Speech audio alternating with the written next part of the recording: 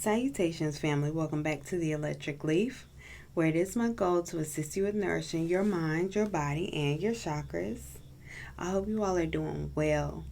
I hope that this Monday brings you great blessings. I hope that everything works out your way, and the things that don't, I hope you remind yourself and know that all things work together for the good of them that love the Lord.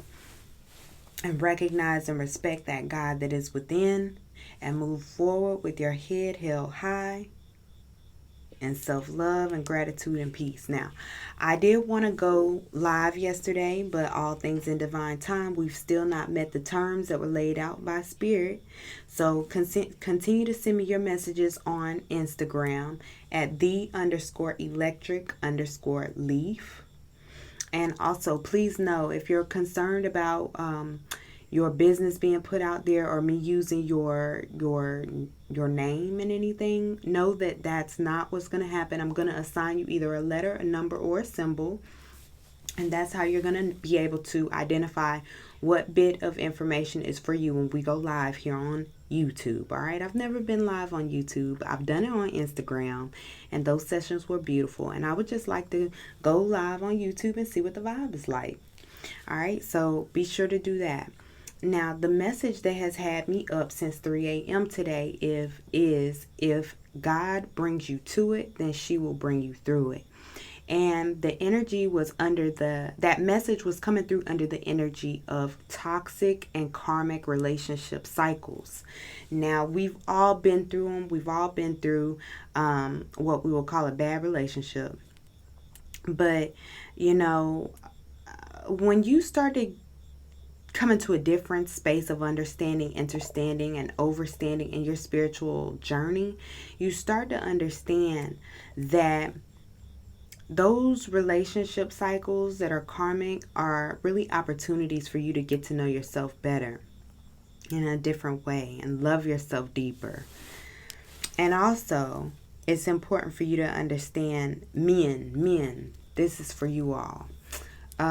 It's important that you all take the time to nurture yourself enough to recognize whether or not you're in a toxic relationship cycle, and are you contributing to it, or what you're contributing to it.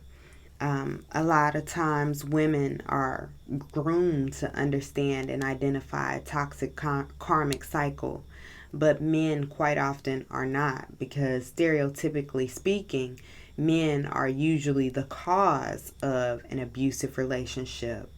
And so a lot of times when men are in abusive relationships, they aren't able to identify it. All they know is that they might be self-soothing or self-meditating more, or cheating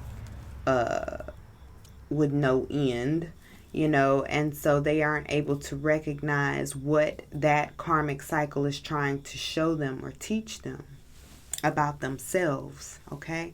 And a lot of times men, when they start to go, and not just men, but people in general, when people start to get into that space of doing a lot of cheating, and it seems like it's impossible for them to be alone, that points fingers towards codependency and abandonment issues that need to be addressed with self. And sometimes these codependencies and abandonments, they go so deep that you need help. And so it is important to reach out and get a mentor, in those cases.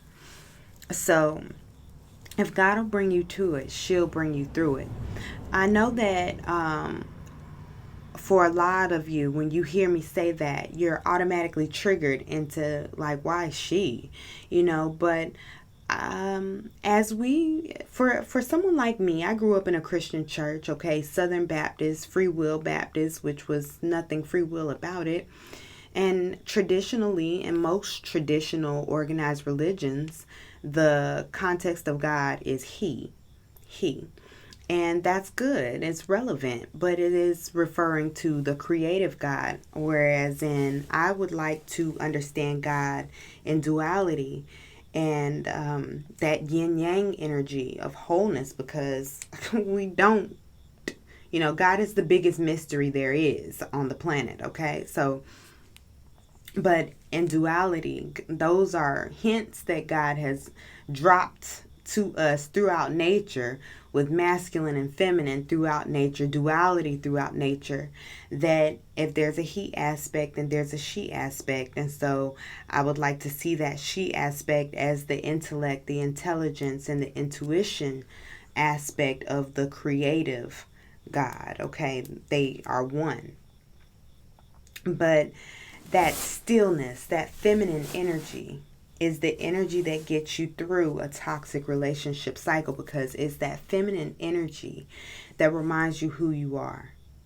It's that feminine energy that's that stillness of being still and knowing that God lives within you. And as soon as you start to realize that God lives within, and you start to nurture and nourish and respect and honor that God that is within, you start to take blame for certain things. And as you pull that blame in, you also pull that power in.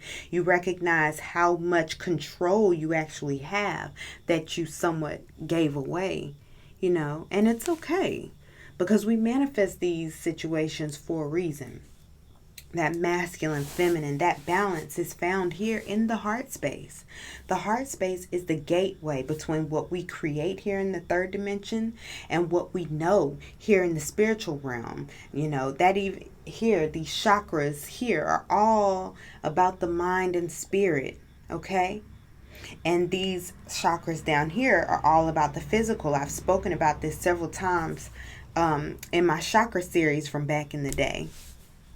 So as you balance that energy here in the heart space of masculine and feminine, you're able to respect the duality of God and pull in that understanding of creation. Okay, so you got to sweep around your own back door before you go trying to sweep around somebody else's. All right, as the song goes. Sweep around your own back door before you try to sweep around mine. Oh, mine. I say you better sweep around your own back door. Okay. Sweep around your own back door, meaning take care of self first. This is like your first home. So getting into a relationship is like buying a second home or building a second home from the ground up. You're not going out there to purchase a new home or get a construction loan on something else if you can't even handle the mortgage over here. All right, over here. So get the mortgage handled, get the house handled over here, the home maintenance, everything over here. So then when you invest in a bigger home, because it's a home for two, right? When you invest in a bigger home, you're going to already have that understanding of what it needs, how to nurture it. And you're not going into a partnership to build a second home with somebody who is not sweeping around their own back door. All right. So you'll be able to better identify a situation where building is worthy of living and loving in it. All right, and recognizing that the masculine and the feminine energy, when it comes together, it is synergy and alchemy all the time. It's not a matter of if and when we're going to create. It's a matter of what we're creating and identifying what we're creating and being truthful about it. Because another thing that I've found on this spiritual journey is that a lot of times people tend to get the truth confused with insults, just because the truth may sound like something you don't want to hear, but the truth sets you free. The truth is freedom. The truth is love. Okay? And for a lot of people who have been in a mental prison for most of their lives, freedom can feel like being ostracized and abandoned. Okay? And so a lot of us tend to stray away from the truth because we don't want to be free. Okay? But recognizing that masculine and that feminine energy, when they come together, it's not a matter of if and when. It's a matter of what we're creating. So you have to be conscious of what you are contributing to. What you are contributing to your relationship. Is it karmic? Is it toxic? Is it abuse?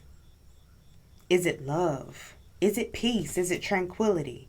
Okay? What are you actually contributing to your shared space? And you know that by how it feels. If your vibration is completely in disruption all the time, then what's being created is not love. Okay? What's being created here, this holy trinity of mother, father, child, masculine, feminine, child, creation, masculine, feminine, creation. If the creation is not what you want to see, then a conscious shift in the circumstances is what needs to be made. Because that one conscious shift can make all the difference between co-creating evil and co-creating love. All right? What is it that you want to manifest and see coming from your relationships? All right? What is coming from you? What's vibrating from you? If your first thought is like, oh yeah, I'm in a toxic relationship cycle because of them, you got to take account for these three fingers that are pointing back at yourself, okay? And recognize why you're in a toxic, abusive relationship pattern, so that you can break the chains and be free. I hope that this message gets to you in divine time. I hope that this message finds you in the right frame of mind, because it's not always about, oh, I'm in a toxic relationship cycle, so I need to get out.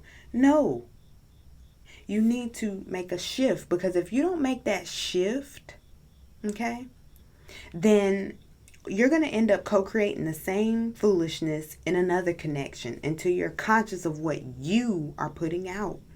All right. Now, some relationships really are seasonal. Sometimes two energies come together and that synergy doesn't create what the experience is hoped to be. And it's okay to respect that situation, respect that season, and let it go. But with love. Not with manipulation, not with codependency, not with anger, but with love. All right?